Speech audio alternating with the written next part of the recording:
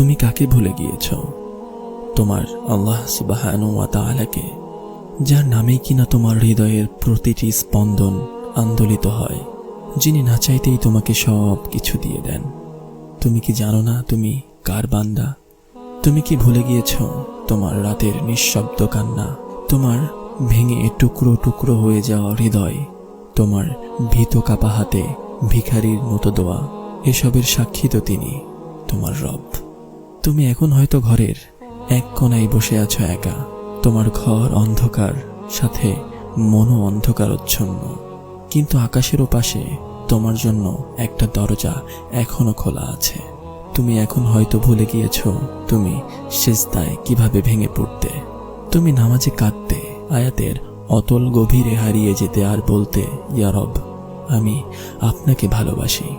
আর তিনি তোমার সে সামান্য স্মরণে তোমার খুব নিকটে চলে আসতেন।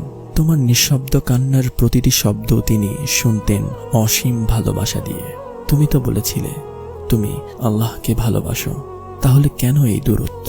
তোমার রব তো আজও ঠিক তোমাকে আগের মতোই ভালোবাসেন, শুধু তুমি হারিয়ে গিয়েছ। তাই ফিরে এসো আমার ভাই, বোন আমার।